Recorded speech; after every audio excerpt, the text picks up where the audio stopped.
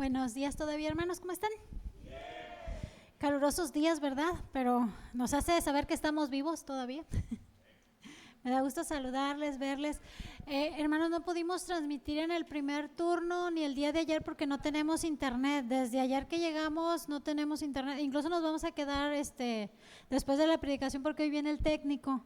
Entonces aquí nos vamos a quedar todavía a esperar a que lleguen para ver si la próxima semana ya tenemos, pero se están grabando y en cuanto llegamos a casa las va a subir uno de mis hijos para que si tienen tiempo, ¿verdad? Y gustan, las escuchen, ¿sí?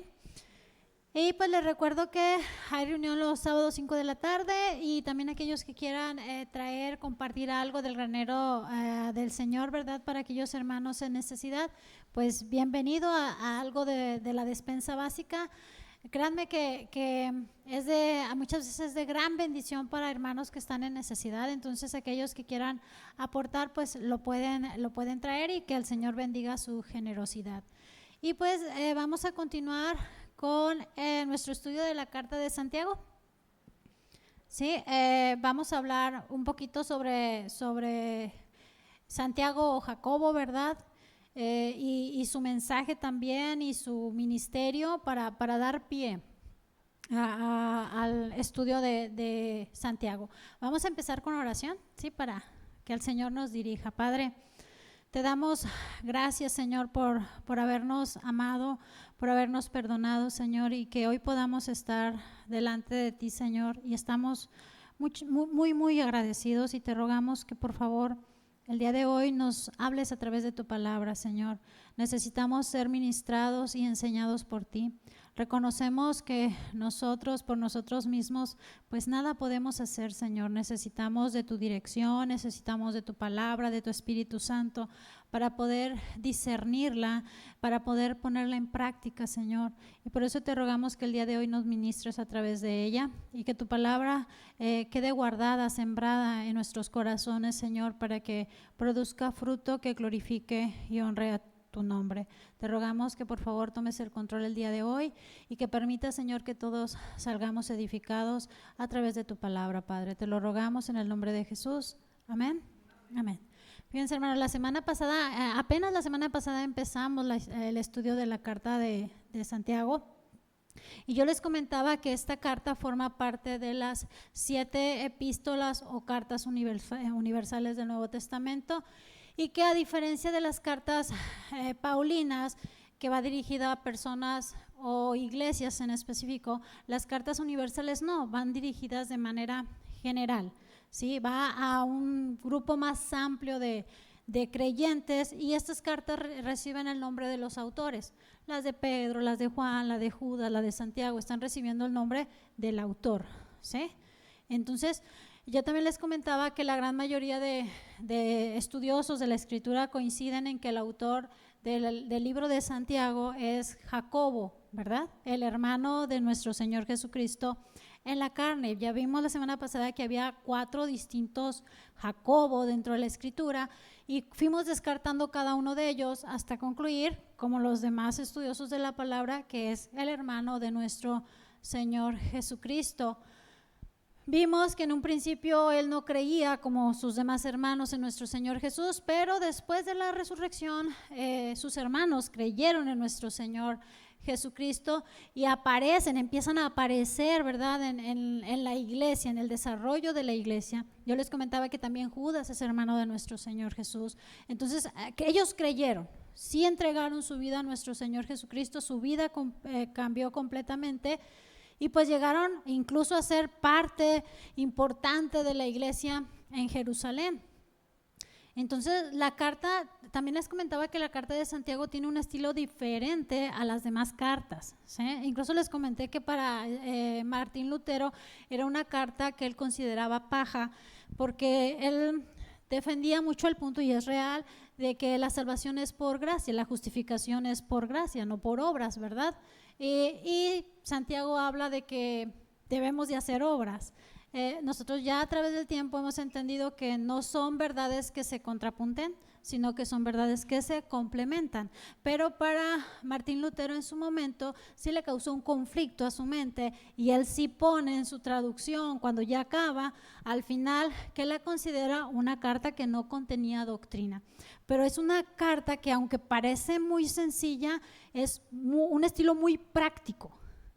Es un estilo muy práctico y enseña mucho. Y yo les comentaba que a mí me recordaba el Sermón del Monte, por ejemplo, cómo nuestro Señor Jesús está predicando en el Sermón del Monte y cómo podemos encontrar este mismo estilo de predicación en Santiago, vamos a decirle de aquí en adelante, ¿verdad? Y su propósito, el propósito de la carta de Santiago no es explicar cómo obtener salvación, que es mucho de lo que explica Pablo en las cartas paulinas. Santiago más bien se enfoca en cómo debemos de vivir, o cómo debe de vivir una persona que realmente ha sido salva. Ese es parte del enfoque de Santiago. Entonces Santiago no nos dice cómo obtener salvación, porque eso ya en otras cartas lo vemos, pero sí se enfoca en cómo debemos de vivir aquellos que somos salvos, ¿sí? Entonces enfatiza la fe verdadera. Él siempre dice, y lo encontramos en la palabra, que la fe verdadera produce una vida de obediencia, una vida de obras, de buenas obras y de un carácter que está siendo transformado, ¿sí? Entonces, por eso encontramos nosotros temas importantes dentro de la carta de Santiago, como la fe y las obras, como la integridad del creyente, el dominio de la lengua, que lo habla de manera amplia, el trato hacia los pobres y hacia los ricos, la sabiduría, la paciencia, las pruebas, que vamos ahora a ver un poquito sobre las pruebas, y una vida de oración. Es algo que encontramos durante el desarrollo de la carta de Santiago. Entonces, les digo, aunque parezca un estilo práctico o sencillo, realmente hay una fuente importante de información para nosotros, para ver cómo está nuestra fe, si es verdadera o no, ¿verdad? O cuál es la expectativa de Dios referente a nuestra fe. Entonces, uno de los propósitos principales de Santiago hacia los creyentes es que nosotros examinemos si nuestra fe es auténtica o no. Recuerden que la palabra siempre es para uno, nunca es para el vecino, nunca es para el esposo, nunca, sí, siempre la palabra va dirigida para ti. Cuando tú escuchas una predicación y dices, ¿verdad? Esto es para mí, no digas, esto es para el vecino, ¿no? O esto, ¿por qué no vino fulanito de tal? Esto era para él. No, él no vino, era para ti. Si él no vino, no era para él, era para ti. Entonces, Santiago quiere que reflexionemos y examinemos para autentificar nuestra fe. Yo les hablaba que así como existen objetos valiosos que son falsificados, también existe una fe falsa, ¿verdad? Y tenemos que corroborarla. Por eso la Escritura nos exhorta muchas veces a nosotros como creyentes a examinar, comprobar si nuestra fe es genuina o no. Entonces, una fe verdadera no consiste únicamente en decirlo verbalmente, creo, tengo fe, sino que debe de producir obediencia, sujeción, amor a Dios, amor al prójimo, una vida transformada. Es lo que deberíamos de reflejar si tenemos una fe verdadera. Entonces, con este enfoque, Santiago nos enseña y nos desafía, yo diría que sí nos desafía a evaluarnos a nosotros mismos, bajo la luz de la palabra de Dios. Recordando que la fe genuina siempre se evidencia por el fruto que produce, ¿sí? Y teniendo esto en mente, pues vamos a iniciar con el versículo 1, Santiago 1:1, ¿sí? Dice, Santiago, siervo de Dios y del Señor Jesucristo, a las 12 tribus que están en la dispersión, salud. Fíjense, la carta inicia presentándose Santiago, ¿sí? Y es muy de llamar la atención, porque como ya lo vimos un poquito la semana pasada, cuando inicia la iglesia en Pentecostés, en el libro de Hechos, nosotros encontramos ahí a los hermanos de nuestro Señor Jesús. En Hechos 1:14, se los leo, dice: todos estos perseveraban unánimes en oración y ruego con las mujeres y con María, la madre de Jesús, y con sus hermanos. Entonces ahí estaba la madre de nuestro Señor Jesucristo y sus hermanos, ya presentes para cuando nace la iglesia. En este momento, Santiago nunca fue uno de los 12 apóstoles como tal, pero a partir de este momento llegó a avanzar en su vida espiritual y llegó a ser uno de los pastores de la iglesia en Jerusalén. El principal, yo les podría decir.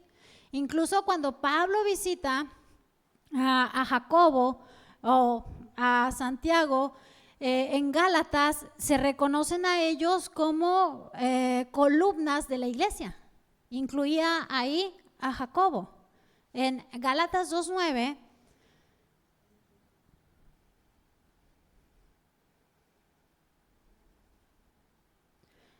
dice: y reconociendo la gracia que me había sido dada, Jacobo, Cefas y Juan, que eran considerados como columnas, nos dieron a mí y a Bernabé la diestra en señal de compañerismo, para que nosotros fuésemos a los gentiles y ellos a la circuncisión, ¿sí? A los de la circuncisión. Pero aquí nos dice que Jacobo, Pedro y Juan eran considerados columnas de la iglesia. Entonces, conforme transcurrió el tiempo, tomó un puesto de liderazgo dentro de la iglesia. Nosotros sabemos que en la primera persecución que vino de los judíos, la iglesia tuvo que salir huyendo de Jerusalén, y que los que se quedaron fueron los apóstoles, pero después vemos dentro de las mismas cartas que los apóstoles también salían a predicar fuera, también estaban fuera, pero al parecer el que se quedó de manera permanente en Jerusalén fue Jacobo, porque él era el pastor de la iglesia en Jerusalén. Por lo tanto, era el pastor principal, por así decirlo. Incluso cuando ¿se acuerdan cuando Pedro fue preso? Que el Señor manda un ángel para librarlo.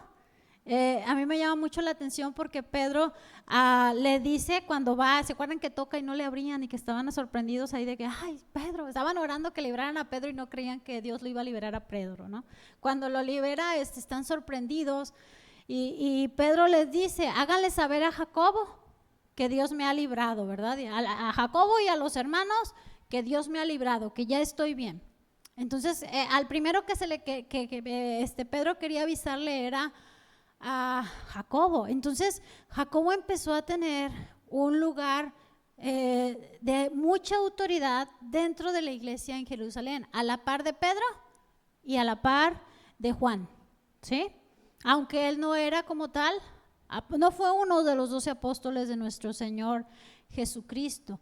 Incluso en el concilio, en Hechos 15, el primer concilio que se hace como iglesia para tratar el asunto de los judaizantes, recordemos que hubo situaciones donde muchos judíos querían que los gentiles adoptaran la ley judía, la ley mosaica, en cuanto a los ritos, en cuanto a las lunas nuevas y todo esto, ¿verdad?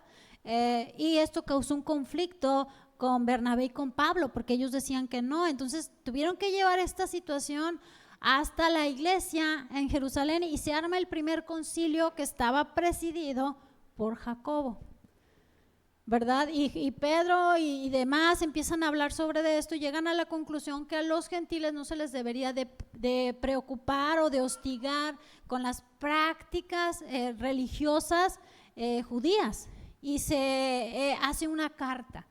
Y se cree que esta carta fue redactada por el mismo Jacobo. Entonces, sí tenía un lugar importante dentro de la iglesia, que se le consideraba columna de la iglesia y pastor principal en Jerusalén.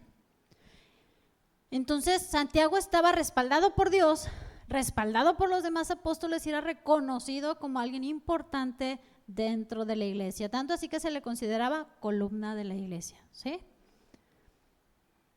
Aún muchos años después, cuando Pablo regresa nuevamente a Jerusalén, dice que solamente vio a Jacobo y a Pedro.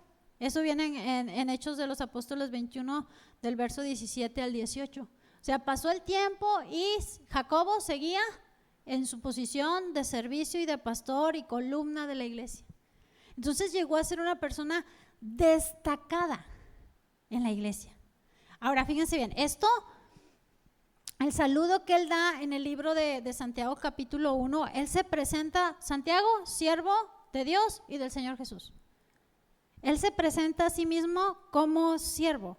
No dice él, yo soy hijo de María, soy hermano de Jesús, Él pudo haberse presentado así porque lo era, pero él no usó su árbol genealógico para presumirlo, ¿no? No lo usó, él no se describe así como hijo de María, hermano del Señor, tampoco dice soy obispo o pastor de la iglesia en Jerusalén, soy columna de la iglesia. Todo esto lo dicen otras personas de él, reconociéndolo a él como con esa autoridad que tenía. Entonces esto habla de la humildad y la sencillez de Santiago. Él se describe a sí mismo como siervo del Señor. La palabra siervo en el griego viene de la palabra doulos y es un término griego para hablar de un esclavo que pertenece a un amo, que está bajo la autoridad de un amo. Doulos es literalmente esclavo. Santiago dice esclavo de Dios. Nosotros leemos siervo, pero el significado literal sería esclavo. Es decir, es una persona que pertenece completamente a un amo. Está bajo la total autoridad de ese amo. En el mundo grecorromano, un doulos no tenía derecho a nada, ¿sí? No había derechos propios, ni actuaba según su propia voluntad, sino que estaba ahí para cumplir la voluntad de su amo. Fíjense cómo se describe Santiago a sí mismo. No decía yo soy un esclavo del Señor, no soy un esclavo de Dios. Mi vida, mi voluntad y todo su ser estaba al servicio de Dios. Claro que aquí en el Nuevo Testamento para nosotros sí adquiere un sentido espiritual, ¿sí? Siervo de Dios, esclavo del Señor. Y lo que está describiendo es aquellos que han entregado su vida voluntariamente a nuestro Señor Jesucristo y que reconocen a nuestro Señor Jesucristo realmente como Señor y dueño de sus vidas. Que realmente saben que Él tiene toda la autoridad sobre ellos. Por eso Santiago se presenta como el doulos de Dios, como el siervo de Dios o el esclavo del Señor y de nuestro Señor Jesucristo. Entonces, él está hablando de una entrega total, de una obediencia total, de una lealtad total, de una dependencia total de nuestro Señor Jesucristo.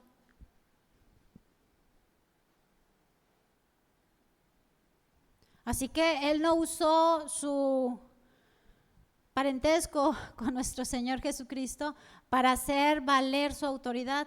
Él se identifica como siervo, como esclavo. Fíjense qué tremendo, ¿verdad? Sí. Lo que pasa hoy en día a mí me llama muchísimo la atención porque hay personas que usan esto, el siervo del Señor, ¿verdad? Y no le agarran ni el estacionamiento al siervo del Señor porque es el estacionamiento del siervo del Señor, ¿no? Y no lo toman como lo que es. No es una posición de privilegio en el sentido de que se le deba de tratar de manera diferente. Es una posición de servicio de la persona hacia Dios. Entonces no podemos decir, ay, es el siervo del Señor y tenemos que tratar bien al siervo del Señor. No, debería de ser, ¿cómo decirlo que no suene ofensivo? El criado del Señor. La chacha del Señor, ¿sí? Más que soy el siervo del Señor, atiéndanme a mí y celébrenme a mí y reconózcanme a mí. No, así no funciona. Si nosotros vemos dentro de la palabra, Él está sujetándose al Señor y reconociéndose como esclavo de nuestro Señor Jesucristo y de nuestro Dios. Entonces, esta palabra doulos, esclavo, incluye propiedad, porque pertenece completamente a su Señor. Incluye obediencia, porque vive para hacer su voluntad, la voluntad del Señor, ¿sí? Incluye lealtad, porque permanece fiel, una fidelidad absoluta a su amo, a su dueño, a su señor. Dependencia, porque depende de la provisión de su amo y de su señor, porque un esclavo no es dueño de nada. Entonces depende de lo que le dé su amo y su señor. Hablamos de dependencia y también hablamos de humildad en este sentido. ¿Por qué? Porque un siervo del Señor no busca su propia gloria, busca la gloria de su Señor.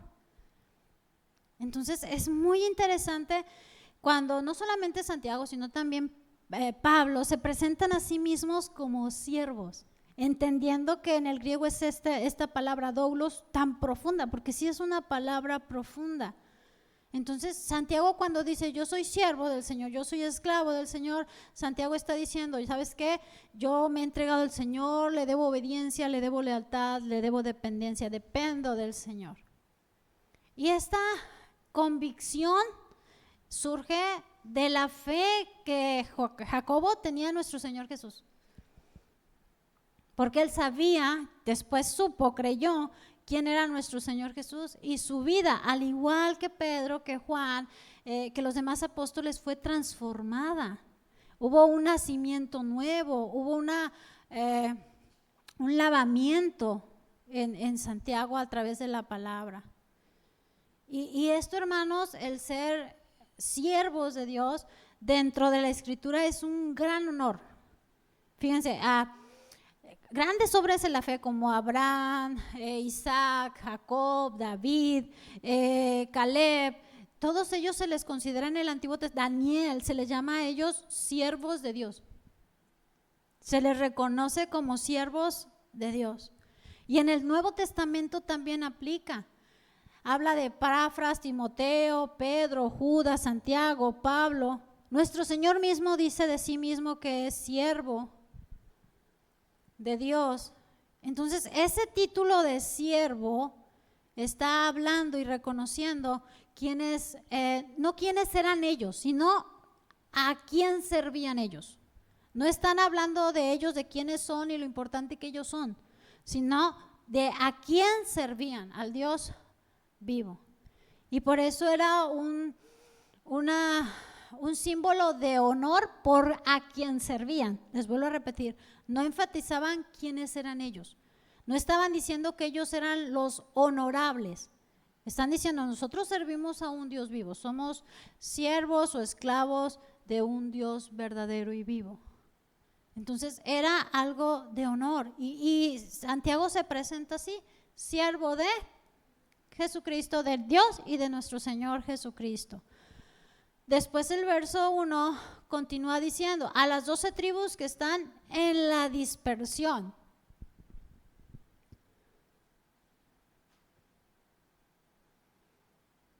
Fíjense, Santiago aquí, además de ser un pastor, el pastor principal, por llamarlo así, de la iglesia en Jerusalén, vemos que él trató de ampliar ese ministerio y por eso menciona a las 12 tribus en la dispersión. Entonces él buscó que lo que él estaba enseñando se ampliara a más personas y no se quedara solamente a la iglesia de Jerusalén. Él habla de las 12 tribus y cuando habla de las 12 tribus está haciendo una referencia al pueblo de Israel.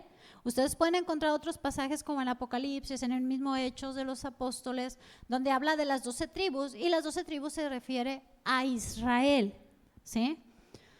Nosotros sabemos que en el reinado de Salomón el reino se dividió. ¿Se acuerdan? ¿Han leído por ahí?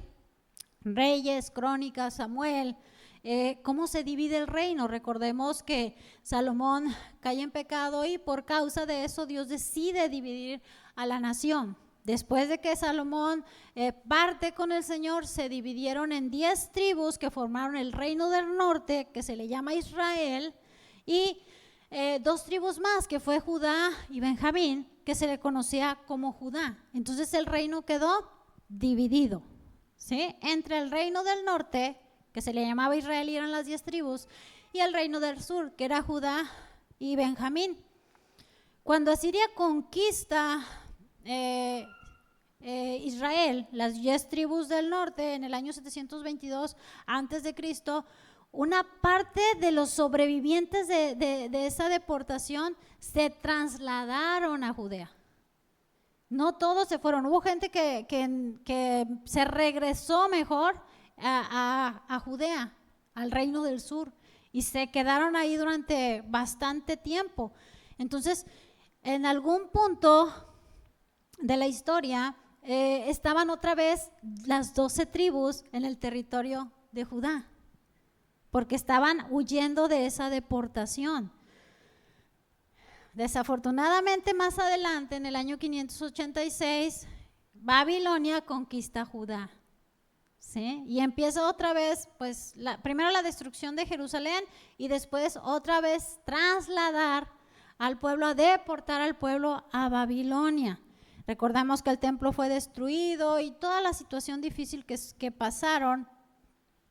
La palabra dice que iban a volver a ser restaurados y todo, pero después de esto, muchas de las tribus emigraron a otros lados, además de la deportación. Entonces, Santiago quiere ampliar esto y decir esto es para todos los judíos que están en la dispersión, que no estaban ya en el territorio, que estaban dispersos en las demás naciones. Cuando habla de disperso, la palabra griega es diáspora. Es diáspora y significa eso, esparcimiento o dispersión. Y esto se usaba para los judíos que vivían fuera de Israel, que estaban divididos, esparcidos en diferentes regiones del mundo antiguo. Y la diáspora comienza cuando Israel, les acabo de comentar, en el año 722 a.C., empiezan a emigrar por la deportación y continuó hasta el día de hoy. En todo el mundo hay judíos, incluso todos sabemos que hay más judíos fuera que en el mismo Israel, ¿sí? Hay muchísima comunidad judía viviendo fuera de Israel. Entonces Santiago estaba también ocupado en que ellos que estaban dispersos recibieran también este mensaje. Para la época de Santiago había judíos en Egipto, en Siria, en Asia Menor, en Grecia, en Roma,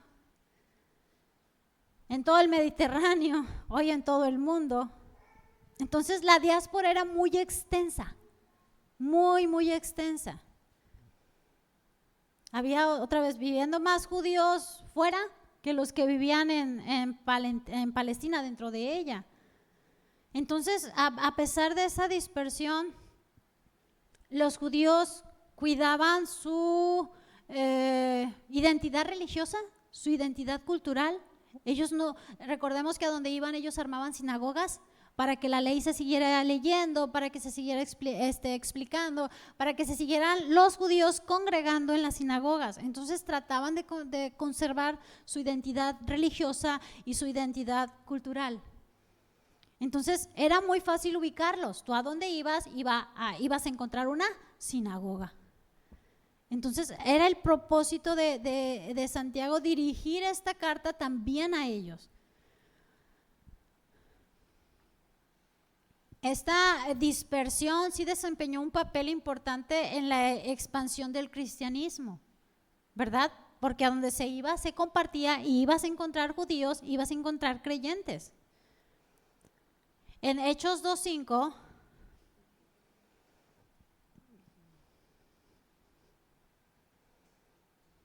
¿se acuerdan dónde empezaba a predicar Pablo el evangelio? Al primer lugar donde llegaba, cuando llegaba a algún lugar, él empezaba a predicar a los judíos. Entraba a las sinagogas y les empezaba a predicar a los judíos. Era como un patrón, ¿verdad? Al primer lugar donde voy a llegar a predicar va a ser a una sinagoga. Y en Hechos 2:5 nos habla del día de Pentecostés y nos dice que moraba entonces en Jerusalén judíos, varones piadosos de todas las naciones bajo el cielo. Entonces en Jerusalén había toda clase de judíos de muchas regiones del mundo. Por eso cuando llega el Espíritu Santo, ¿se acuerdan? Empieza el don de lenguas, empieza Pedro a hablar y el Espíritu Santo hacía que cada persona entendiera en su idioma porque muchos de ellos hablaban los idiomas de los países donde habían nacido, porque ni siquiera habían nacido en Jerusalén o en Judea, ellos habían nacido en otros países, pero como conservaban su cultura religiosa y su situación cultural, pues ellos mantenían el judaísmo, aunque no vivieran en Judea. Entonces Santiago dirige su carta a las 12 tribus de la dispersión. Entonces creemos, ¿verdad?, que se refiere a creyentes de origen judío que vivían fuera de Palestina y evidentemente estaban enfrentando pruebas, persecuciones, desafíos que eran propios de la fe, pues en medio de una cultura extranjera. Y Santiago se preocupaba por ellos.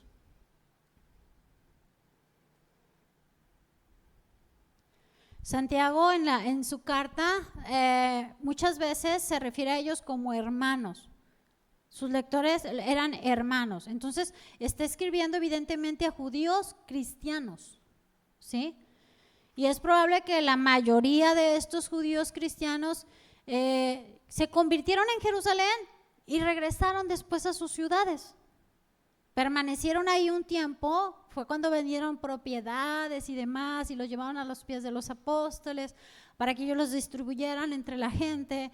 Digo, se convirtieron en un día 3,000 personas de todo tipo de naciones, judíos de todo tipo de naciones.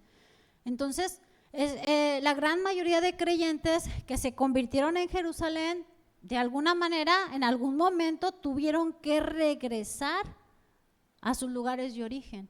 Y mientras que estuvieron ahí en Jerusalén, debieron de estar bajo el pastoreo de Pedro, de Juan y evidentemente también de Jacobo. Entonces, de alguna manera había tenido contacto con estos hermanos en Cristo que venían de otros lados. Entonces, él estaba preocupado porque evidentemente estaban pasando situaciones complicadas para la época en que escribió Santiago la carta. Y lo que quería era darles esperanza, confianza, fortalecerlos para que soportaran las pruebas que venían. Y por eso lo que hace Santiago es darle una serie de situaciones en cuanto a pruebas y de cómo sobrellevarlas, ¿verdad? Y cómo esas pruebas autentificaban la fe. Sí, hermanos, que esto es un poco aburrido, pero así va la carta, ¿sí? Termina este primer versículo con un saludo, salud, ¿sí? Esto salud significa alégrense, regocíjense, espero que estén alegres, espero que estén gozosos, espero que estén regocijándose. Era un saludo común, ¿sí? Este era un saludo común en ese tiempo, pero yo creo que cuando Santiago lo dijo de manera muy honesta, muy sincera. Yo quiero que ustedes estén felices, yo quiero que ustedes estén regocijados. Sí era un sentimiento y un deseo de Santiago para la iglesia. Hoy nosotros usamos algo muy común que decimos, Dios te bendiga, Dios te bendiga, pero ya lo tomamos muchas veces como un simple saludo sin el deseo real de quiero que el Señor realmente te bendiga. Ya es como decir buenos días, buenas tardes, buenas noches, Dios te bendiga, ¿sí? Pero yo estoy segura que Santiago sí le dio el deseo verdadero de que sí deseaba que el Señor les permitiera estar alegres, estar gozosos y regocijados. Y pues él sabía que esa carta que él estaba escribiendo sí les iba a dar consuelo. El hecho de recibir palabra de alguien cuando tú estás en un tiempo de necesidad sí reconforta el corazón. Sí, a veces estamos tristes, a veces estamos deprimidos, a veces estás tan envuelta en tu mente que no ves la salida. Entonces de repente unas palabras de un hermano sí te alivian, decir, sí te dan consuelo, sí te regresan un poco la alegría. Entonces Santiago simplemente está dando este saludo, pero sí con una profundidad de sí deseo esto para ustedes. Al final, pues todos somos coherederos junto con Cristo, somos hermanos en el Señor. Y Jacobo sí tenía una sincera preocupación, lo vemos en su carta, ¿sí? Y él empieza a hablar, después de presentarse, después del saludo, empieza a hablar sobre las pruebas. Es el primer punto que Santiago toca en su carta. Fíjense, Santiago 1, versos 2 al 4.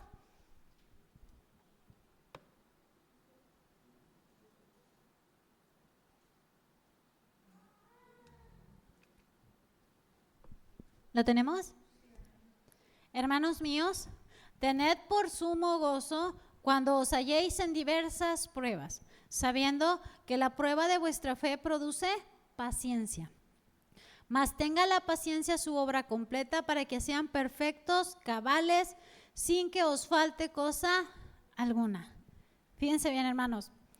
La fe del cristiano es examinada a través de las pruebas. ¿Sí?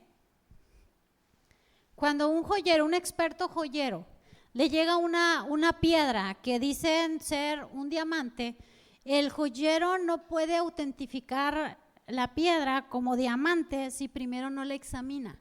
No puede decir así a primera vista si es un diamante o no es un diamante. Él tiene que autentificar si lo es o no. Los joyeros usan lupas especiales, ¿verdad? Para poder ver, pues ya saben lo que es una lupa, ¿verdad? Amplía la imagen. Entonces a través de esta lupa empiezan a examinar ciertas características de los diamantes.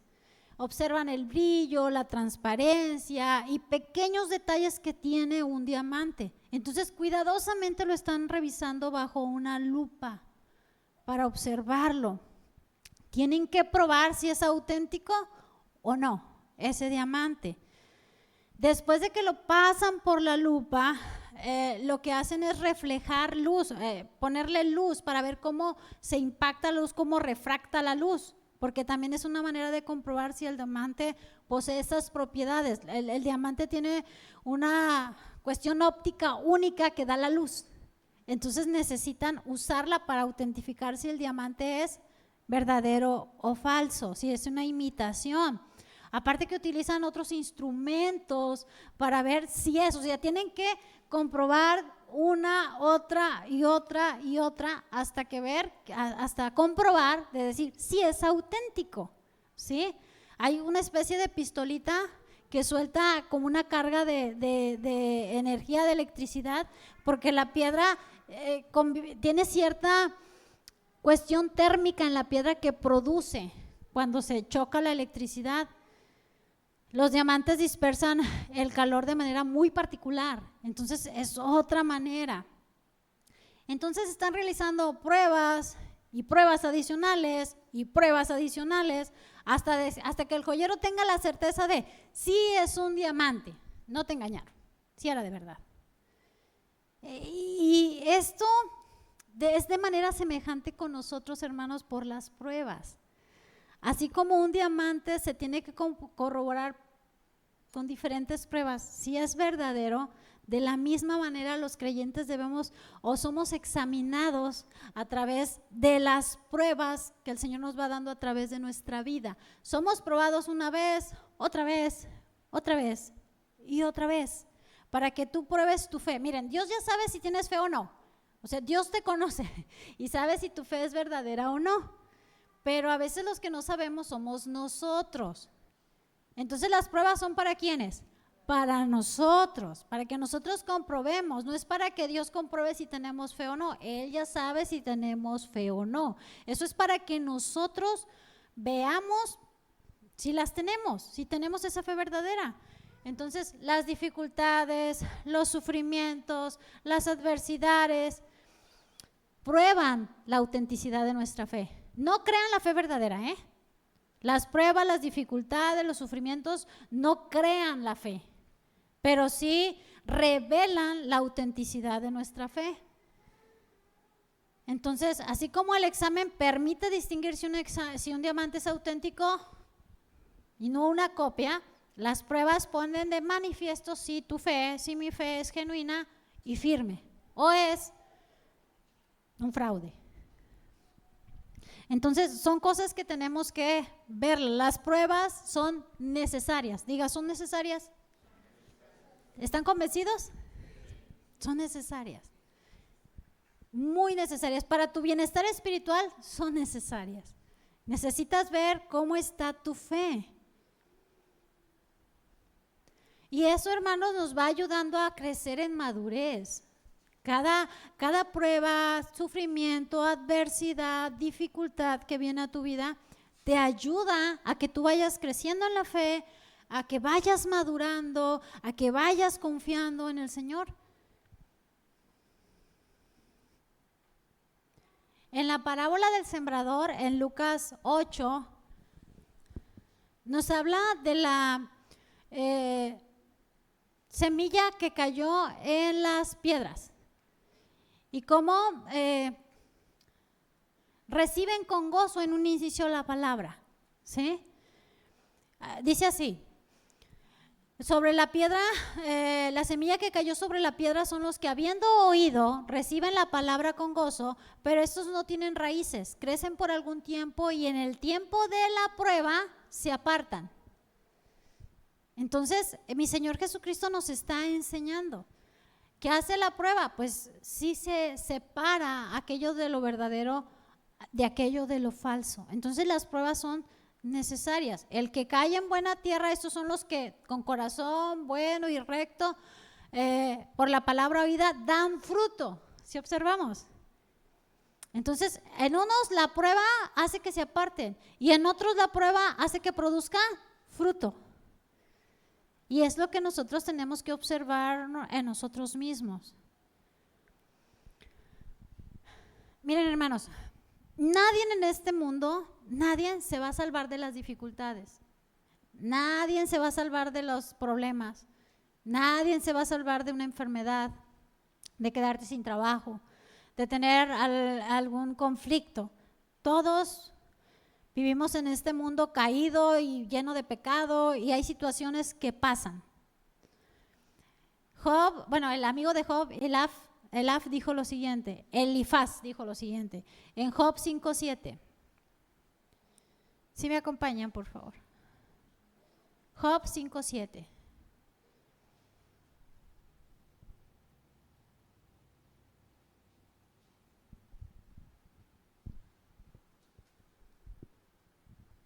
La tenemos.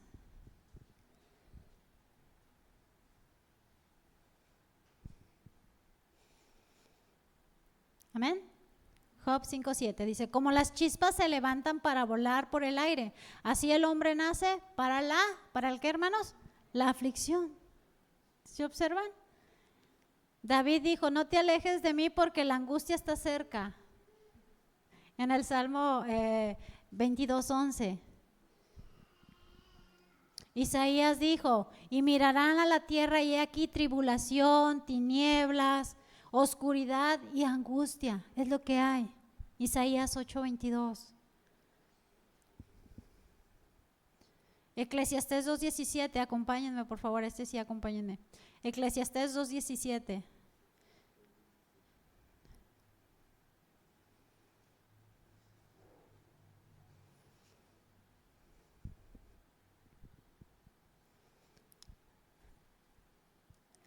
Cuando antes leía el libro de Eclesiastés, muy en los inicios me deprimía a mí el libro de Eclesiastés. Es como que depresivo, ¿no? ¿No les pasa que leen y como que se quedan tristes leyendo después de que leen Eclesiastés?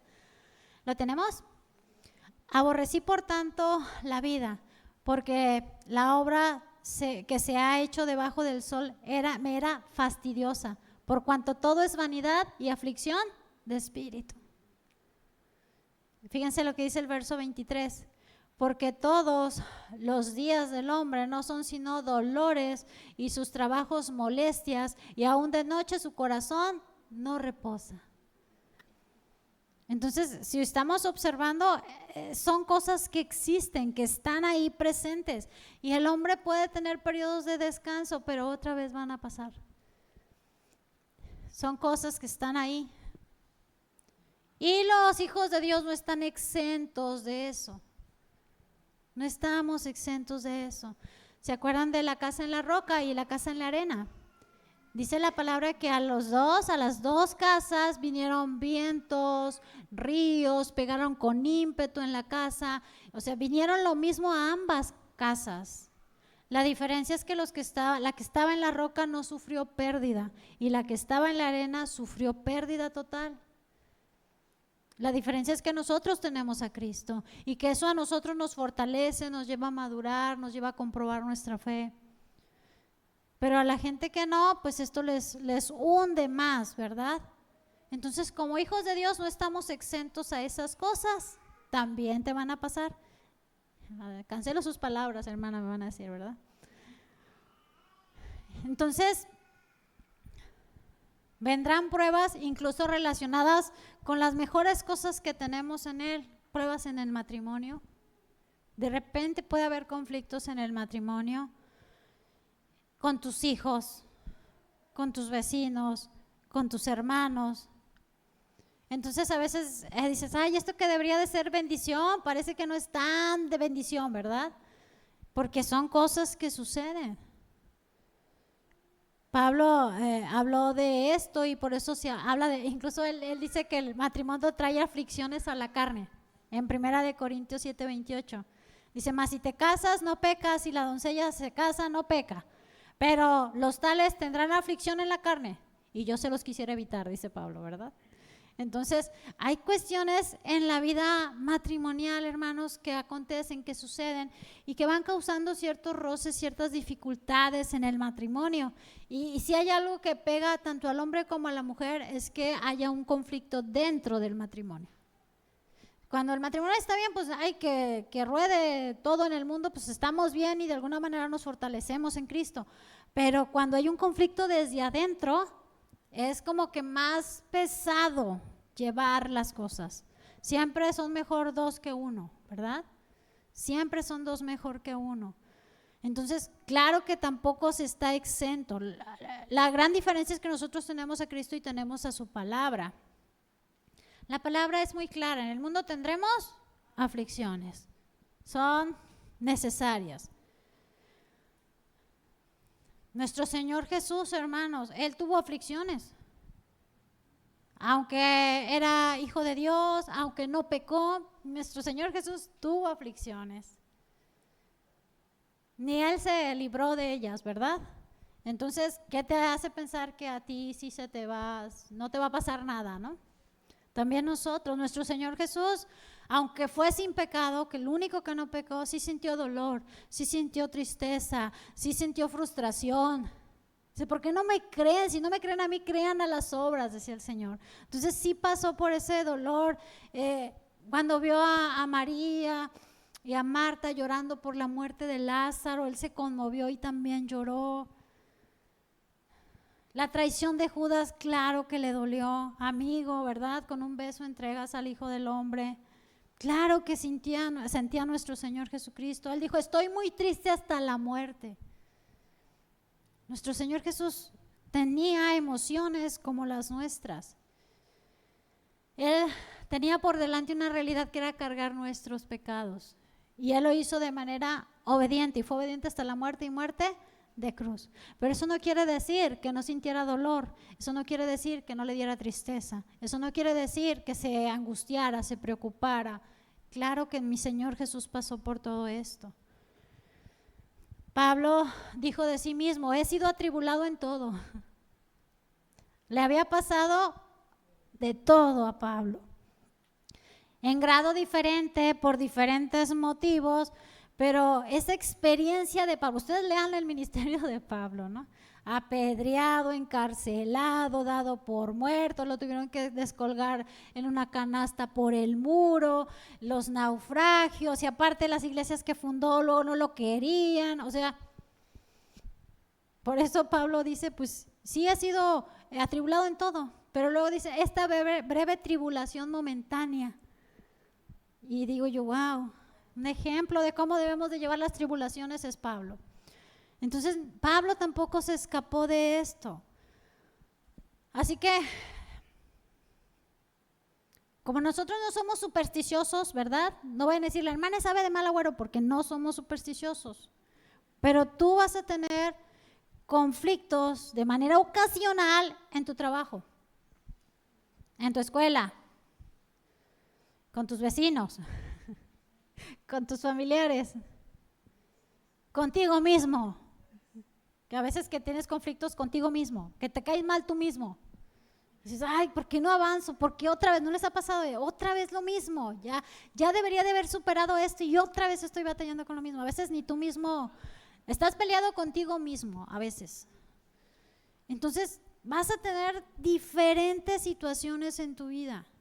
No puedes escapar de la crítica, no puedes escapar a la frustración, a la decepción, al dolor físico, a la angustia, no puedes escapar a la enfermedad, a las heridas, a las emociones, a la muerte. No podemos escapar. Se oye como muy fatalista, ¿verdad? Pero más que eso es realista. No podemos escapar de estas cosas. Entonces, los cristianos podemos esperar dificultades, y esto sí lo deberíamos de esperar por causa de nuestra fe. Porque hay dificultades también que vienen por nuestra fe. Mi Señor Jesucristo en Juan 15:20, ¿sí me acompañan, por favor?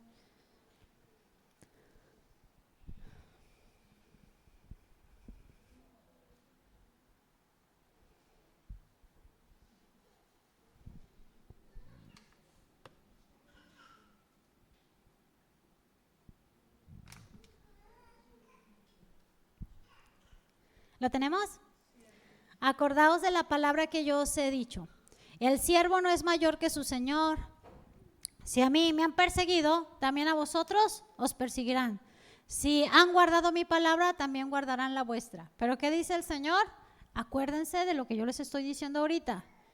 Ustedes no son mayor que su Señor. Y nuestro Señor fue perseguido. ¿Y qué dice el Señor? Pues a ustedes también. También. Todos los que quieran vivir piadosamente en Cristo Jesús padecerán persecución. Promesas del Señor, las recibimos. Entonces, ¿cuál es el énfasis de Santiago? Es sencillo. Si tu fe es genuina, si la fe de una persona es genuina, se probará a sí misma durante los tiempos de aflicción. No importa el origen de la aflicción. Esa aflicción va a servir para probar tu fe. Entonces, la carta de Santiago, hermanos, es de mucho valor para nosotros. Toda la palabra de Dios, ¿verdad? En este caso estamos estudiando la carta por aquellos que minimizan la carta, pues. Es importante realmente para nosotros. No la podemos descartar o rechazar. Y es muy importante porque esto te va a permitirle a la persona entender si es un verdadero creyente o no, de lo cual depende su salvación. Porque cuando alguien se cree que sí es creyente y no lo es, va a llegar el día cuando llegue delante del Señor y le diga, Señor, Señor, y el Señor le va a decir, apartaos de mí que no te conozco, hacedor de maldad. Y eso es terrible. Va a ser terrible. Entonces, la carta sí es importante porque va a manifestar y revelar a nosotros si nuestra fe es verdadera o no. Va a llevarlo a pensar, a ver, si estoy en la fe o no. ¿Necesito ayuda o no? ¿He crecido o no? Entonces sí se convierte en algo importante para las personas la carta de Santiago. La carta de Santiago muestra que cuando la fe no es más que una profesión vacía o un simple sentimiento, una simple emoción, sin que haga en nosotros convicciones, porque un cristiano tiene que tener convicciones en la palabra, en la verdad.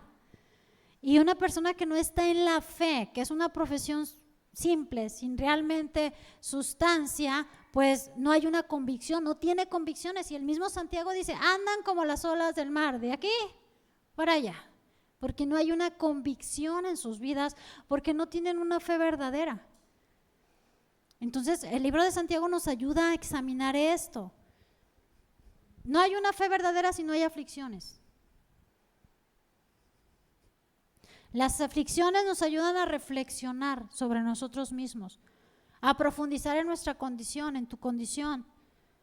Y esto te va ayudando a descartar si en ti hay algo de falsedad en tu fe o no.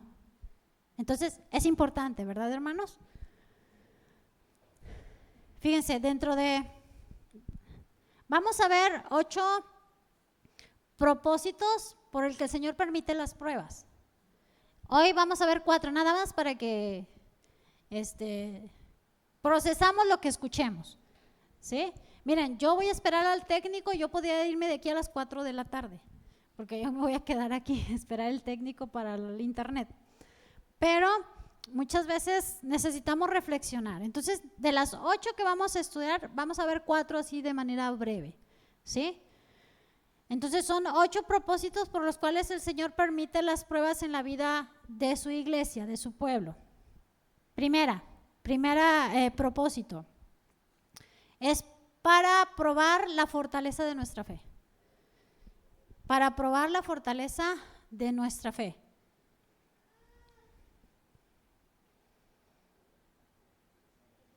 Fíjense, cuando el Señor trae las pruebas a nuestra vida, lo que hace el Señor es que hagamos de alguna o de otra manera hacer un inventario de nosotros mismos para demostrar qué tan fortalecidos estamos en la fe o qué tan débil es nuestra fe. Yo en la mañana les compartía a los hermanos que cuando las cosas no salen como nosotros queremos, muchas veces nos desanimamos, nos cansamos, dejamos de dar gracias y nos empezamos a quejar. Y esas son señales de una fe débil. Quizá no de una fe falsa, pero sí débil, que necesita ser fortalecida. Entonces, en muchos sentidos nos ayuda el Señor a tomar un inventario espiritual para que esas pruebas nos permitan ver qué tan fortalecida o debilitada está nuestra fe.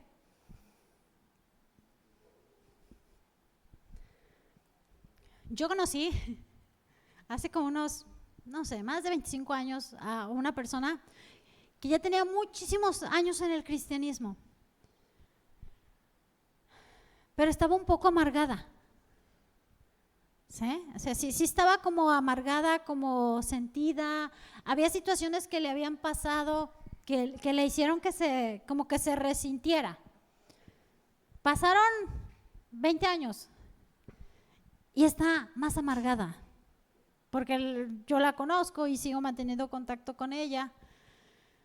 Y es una persona que tiene mucha autocompasión. Sí, ubican a alguien que es autocompasivo. Pobre de mí, cómo sufro, nadie me quiere, todos me odian, todo el mundo está contra mí. En ese punto está, ¿sí? Piensa que todo el mundo es tan egocentrista que piensa que es el centro del mundo de las personas. Y yo digo, ay, no quiero yo estar así. ¿Sí me explico? No quiero tener 30 años en el cristianismo y que esté amargada, resentida, enojada, que tenga compasión por mí misma. No quiero.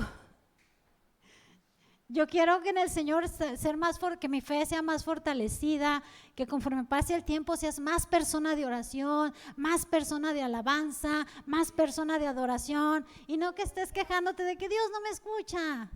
Ya para qué oro. O voy a orar, pero yo sé que Dios no me va a escuchar. ¿Han escuchado personas que dicen eso? Voy a orar, pero yo sé que Dios no me va a escuchar.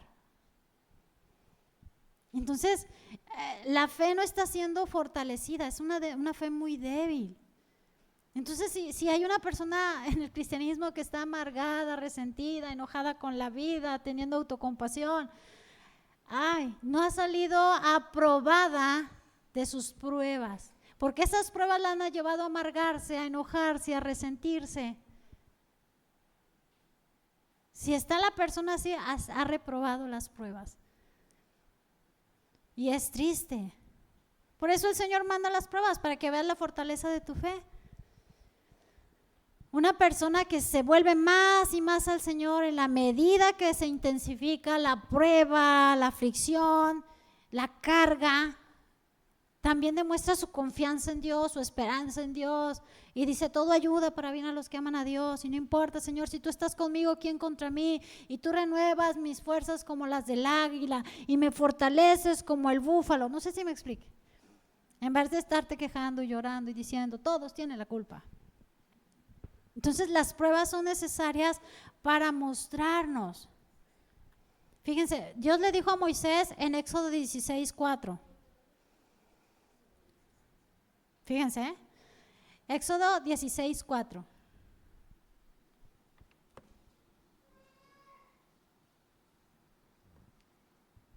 ¿Lo tenemos? Éxodo 16:4.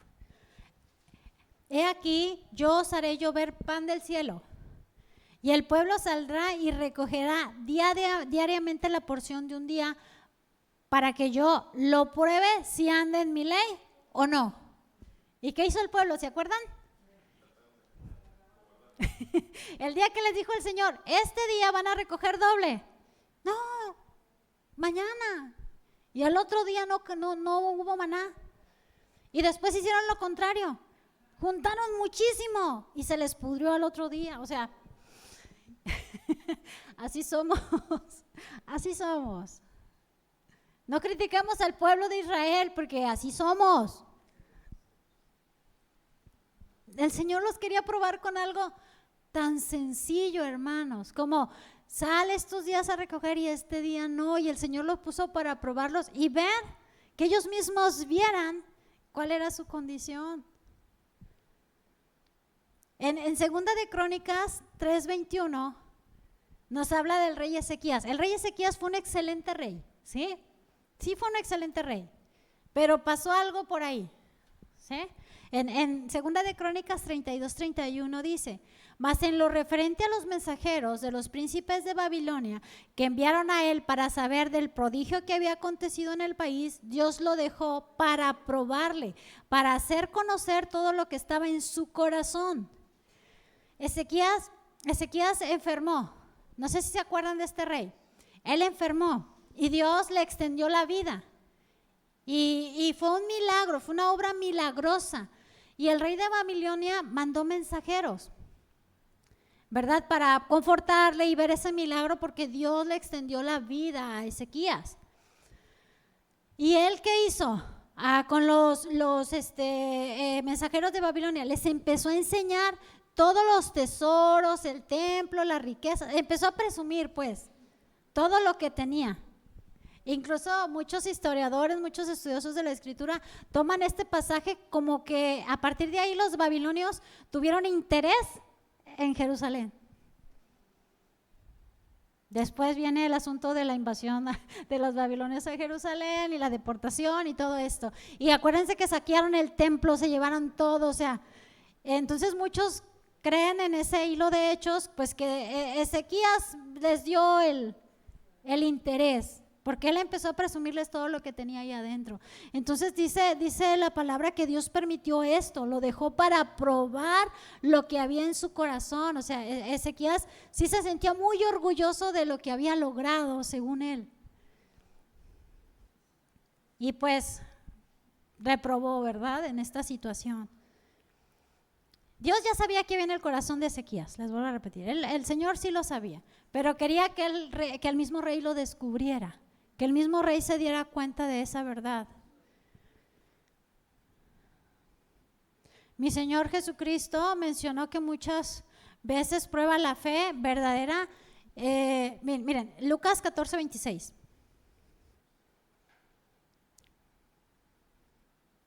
Esto es advertencia para los discípulos.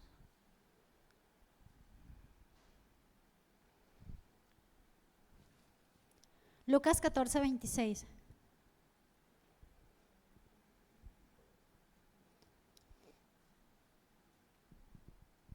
Si alguno viene a mí y no aborrece a su padre, madre y mujer e hijos y hermanos y hermanas y aún también su propia vida, no puede ser mi discípulo. Qué fuerte, ¿no? Aborrecer no significa que vayas a odiar o despreciar, es amar menos. Cuando hablamos de aborrecer es que amas menos, que el primer lugar en tu vida va a ser el Señor, ¿sí? De repente, pues la familia sí llega a pesar, la verdad sí pesa, ¿sí? Cuando alguien se convierte en un inicio al Señor y eres el primer converso en la familia, eso se pone muy fuerte, ¿no? Siempre te están bombardeando con un montón de cosas para que dejes tu fe, para que te debilites en la fe. Entonces, realmente la familia sí pesa, ¿eh? El hecho de que te digan yo te crié y pues sí, yo te enseñé otra cosa, pues sí, pero no estaba correcto. O sea, sí hay una lucha constante. No me hables, ya no eres mi hijo. O sea, esas situaciones, claro que golpean. Al tiempo lo entienden, se resignan. Cuando ya ven que uno no se mueve, terminan resignándose. Pero sí golpea, sí pesa. La familia sí pesa cuando te están constantemente atacando. Entonces, el Señor lo advirtió para aquellos que son sus discípulos, ¿verdad?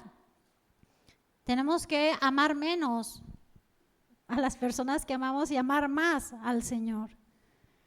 Porque en algún punto vamos a tener que decidir entre ellos y el Señor. ¿Sí? Nosotros hemos tenido, fíjense, casos completamente extremos. Creo que sí les he compartido a ustedes. Una hermana en Centla, ella se convirtió al Señor, empezó a andar en el Señor, a sus hijos los empezó a jalar, pero su esposo no. Desafortunadamente su esposo era alcohólico, ya partió. Y una vez nos hablan en plena gritería y todo, ¿verdad? Porque ella no quiso pues adorar a una imagen, ¿sí? Ya saben, la idolatría. Entonces este señor agarró toda su ropa y le prendió fuego a la ropa.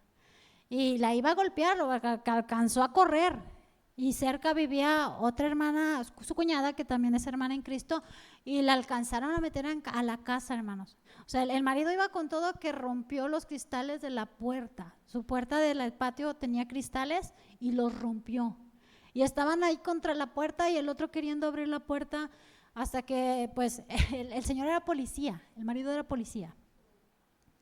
Entonces se hizo muy grande esto hasta que se cansó esta persona de hacerlo, hablaron y lo primero que le dijo mi esposo, ve y denuncia, porque está en riesgo tu vida y la vida de tus hijos. Entonces paso 1, ve y denúncialo. Pero es policía, no importa, denúncialo, porque ya hay un registro, ¿sí? De agresión y demás. Al final lo perdonó porque nosotros dijimos que no era causa de divorcio, pero sí tendría que poner un límite claro. Y siguieron ahí hasta que la muerte los separó, ¿sí? Pero eso fortaleció a la hermana. Ella no cayó en la idolatría. Tuvimos otro caso. Llegan y dos hermanas y nos dicen ¿verdad que es importante estar sujetos a nuestros esposos? Porque la palabra dice que las mujeres, como usted nos ha enseñado, como tú nos enseñaste, Jesús, dice la palabra que debemos estar sujetos a nuestros maridos. Y fíjate que ayer mi esposo nos dijo, vámonos a las mañanitas. Y pues yo como estoy sujeta a mi esposo, me fui con mi esposo a las mañanitas. ¿Vemos los polos? Completamente diferentes. Ante una misma situación. De decir, no lo voy a hacer y fue agredida. Y la otra hermana ni siquiera estaba siendo agredida. Simplemente, es que mi esposo dijo, mi esposo nada más las volteó a ver, movió la cabeza y dice, no, quisiste ir porque tú quisiste ir, porque la palabra dice que es mejor obedecer a Dios antes que a los hombres. Entonces no uses de pretexto el mandamiento para lo que hiciste. Pero tenemos esos contrastes, ¿verdad? Entre aquellos que toman muy en serio la fe, que toman muy en serio la palabra y aquellos que no. Esa prueba, una la pasó y la otra no. Entonces hay que tener cuidado, hermanos. Hay situaciones que el Señor permite para probar qué tan fuerte es nuestra fe. Fíjense, el profeta Habacuc vivió en un tiempo desolador, la gran mayoría de profetas, ¿verdad? Pero estaba viendo él algo devastador en ese momento. Los caldeos habían conquistado y prácticamente habían diezmado al pueblo. O sea, el Señor le estaba mostrando todo lo que iba a venir. Y él escribió, aunque la higuera no florezca, ni en las vides haya frutos, aunque falte el producto del olivo y los labrados no den mantenimiento y las ovejas sean quitadas de la majada y no haya vaca en los corrales, con todo yo me alegraré en Jehová y me gozaré en el Dios de mi salvación. Aunque no vea nada, que no prospera nada y parece que nada sale bien y todo está mal, no importa, yo me voy a seguir gozando y alegrando en el Señor porque Él es Dios de mi salvación. Esa es la actitud. Que el Señor nos acuerda, hermanos, porque parece que se nos olvida. Cuando se vienen las aflicciones y las situaciones, parece que se nos olvida. Cuando parece que nada nos sale, que parece que los esfuerzos que tú haces no funcionan. Tú tienes que seguir alegrándote en el Señor y tienes que seguir confiando en el Señor. No pierdan su gozo ni su fe en Cristo, hermanos. Habacuc realmente estaba viendo cosas bien feas, Dice, no importa, Señor, no importa. Solamente así se puede sobrellevar las aflicciones en este mundo. Después de todo lo que pasó Job, en Job 45, son textos que ustedes conocen, 42 versos 5 y 6, donde dice, de oídas te había oído, mas ahora mis ojos te ven. Por tanto me aborrezco y me arrepiento en polvo y cenizas. Él entendió al final, para empezar, él sabía que Dios no tenía ningún despropósito en las aflicciones que tenía. Esto también lo toqué en la mañana. Job cuando digo, a nadie nos ha pasado a nosotros lo que a Job le ha pasado, hermanos, ¿sí? Él perdió sus hijos, perdió sus riquezas y yo creo que lo que más le dolió fueron los hijos, ¿verdad? Pero perdió sus hijos, perdió sus riquezas, su esposa no fue su mejor ayuda, enfermó y todavía los amigos le dan. Entonces Job realmente estaba siendo afligido a más no poder. Y dice la palabra que Job, ¿verdad?, se postró y adoró a Dios. Y dijo, bendito sea Jehová. Jehová dio, Jehová quitó, sea el nombre de Jehová bendito. Él bendijo a Dios y adoró a Dios en un momento tan difícil. Y luego dice, y en todo esto no le atribuyó Job a Dios despropósito alguno. Entonces Job sabía que tenía un propósito Dios con él. Cuando empiezan los ataques, cuando lean el libro de, ¿alguien está leyendo ahorita Job? No. Cuando lleguen a Job, pongan la atención entre el diálogo de Job y sus amigos. Porque lo que hace Job es estar contestando las acusaciones constantes de sus amigos.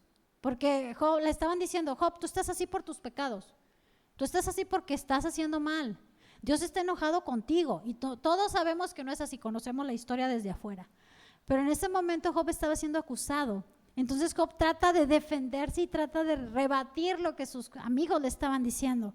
Pero al final de todas esas aflicciones y ataques, aquellos que lo tenían que confortar, lo estaban atacando, él llega a esa conclusión, al final de todo. De oídas te había oído, mas ahora mis ojos te ven. Ahora sí te conozco, Señor. Todo eso fue para eso, hermanos, para que él conociera más profundamente a Dios. Tuviera una relación más cercana a Dios. Entonces encontró un propósito en esa prueba. Todas las pruebas en nuestra vida tienen propósitos, hermanos. Y este primer propósito que yo trato es probar la fortaleza de tu fe. ¿Sí? Vemos un segundo y con este nos vamos, hermanos, Se nos dan las pruebas para hacernos humildes, hermanos. Para hacernos humildes, para recordarnos que nuestra confianza debe de estar en el Señor y no en una arrogancia o en una autosatisfacción espiritual. Fíjense, hermanos, entre mayores sean las bendiciones que Dios te da, que Dios me da, Satanás puede tomarlas para que tú sientas que son tus propios logros. Y tienes que tener mucho cuidado. Todo lo que nosotros somos, todo lo que nosotros tenemos, no es porque nos lo merezcamos, no es porque Dios nos esté recompensando, es porque Dios es bueno, es misericordioso y por gracia nos da. Cuando alguien se siente orgulloso de sí mismo y piensa que ha logrado las cosas por sí mismo, tiene un problema serio. Entonces las pruebas nos recuerdan cuán frágiles somos, cuán débiles somos, cuánto necesitamos de Él. Para eso nos ayudan las pruebas. Fíjense, con esto terminamos. 2 de Corintios 12:7.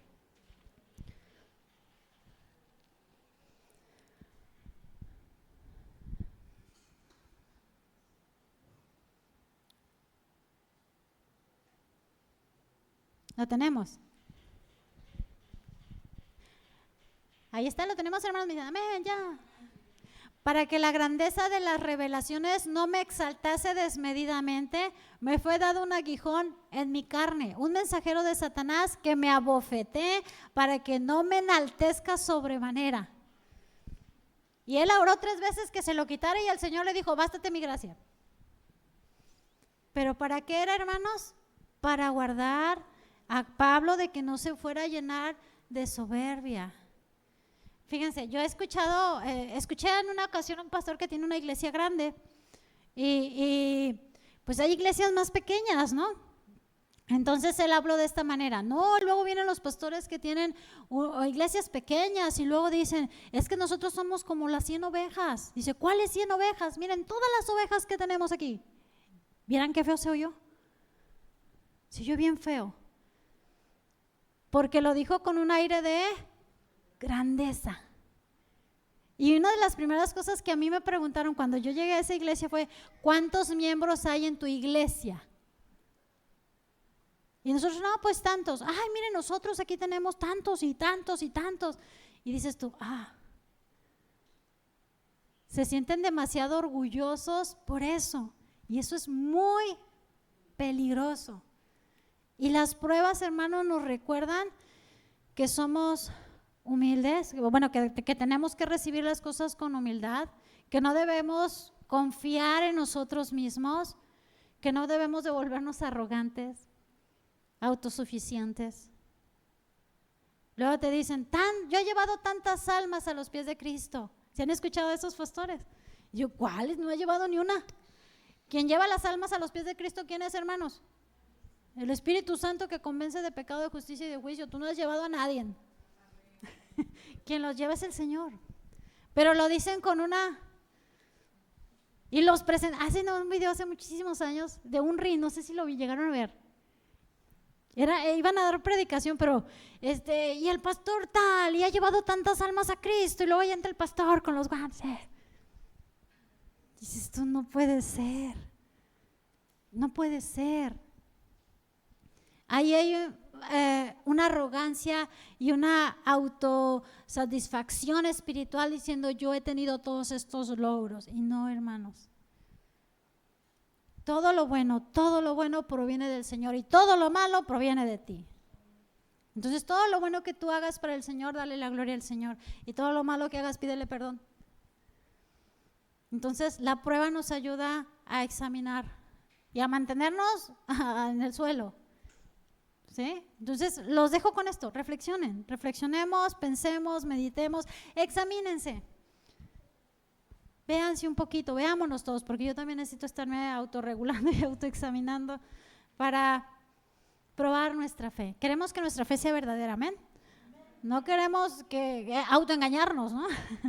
Y que al final del tiempo, cuando lleguemos con el Señor, pues nos diga, no los conozco.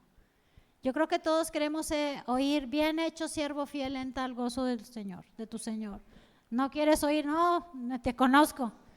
¿Quién sabe quién eres? Entonces, los invito, hermanos. El Señor nos está animando a autoexaminarnos, amén, a reflexionar. Las pruebas son buenas. Denle gracias a Dios por las pruebas. No se quejen, reflexionen, mediten, vean que el Señor les quiere enseñar. Créeme que el Señor quiere ayudarte. Cuando el Señor nos manda dificultades, nos quiere ayudar. Hay cosas en nuestra vida que tenemos que corregir. Y que si Él no nos la manda, no nos damos cuenta. ¿Sí? Entonces necesitamos de ello. Amén. Déjenme dejar una marca. Acuérdenme, nos quedamos en la tercera, ¿sí? Vamos por la tercera, porque luego se me van. Ahorita doy 3 enseñanzas y a veces se me cruzan un poco los cables. Padre, te damos muchas gracias, Señor, por este tiempo. Gracias por la vida de mis hermanos. Gracias, Señor, por tu palabra, porque tu palabra es viva y eficaz y más cortante que una espada de doble filo, que penetra nuestra mente, nuestro corazón, nuestra alma, nuestro espíritu, Señor. Gracias por esa palabra que es viva y eficaz y que es la que actúa en nosotros los creyentes. Señor, ayúdanos por favor. Sabemos que las pruebas son necesarias para nuestra vida, para nuestro crecimiento, para nuestra madurez, para ver, Señor, si tenemos esa fe verdadera. Ayuda a cada uno de mis hermanos, a mí, Señor, a estar continuamente meditando, reflexionando, observando. Y ayúdanos a recordar tu palabra, Señor, cuando vengan esos momentos de tribulación. Sabemos que tú nos ayudarás y nos sacarás adelante porque tú eres fiel a tu palabra. Pero mientras estemos pasando esa situación, esa dificultad, esa prueba, ayúdanos a recordar tu palabra, Señor. Ayúdanos a mantenernos humildes, Señor. Ayúdanos a ver qué tan débil o fuerte está nuestra fe. Gracias, Señor, por ministrarnos. Gracias, Señor, por no dejarnos ni desampararnos. Nos ponemos en tus manos y te ruego, Padre, en el nombre de nuestro Señor Jesús, que guardes a cada uno de mis hermanos de hombres malos, perversos, violentos. Que tú los fortalezcas, que fortalezcas su fe, Señor. Que les des ese santo temor para continuar su vida cristiana y que ellos permanezcan fieles delante de ti en cada prueba y dificultad que tengan, Señor. Líbralos de la queja, líbralos, Señor, de la desesperación, de la angustia y que pongan sus ojos en ti. Te lo rogamos, Padre, en el nombre de nuestro Señor Jesucristo y bendecimos tu nombre en el nombre de Jesús. Amén. Amén. Que el Señor les bendiga, hermanos, que tengan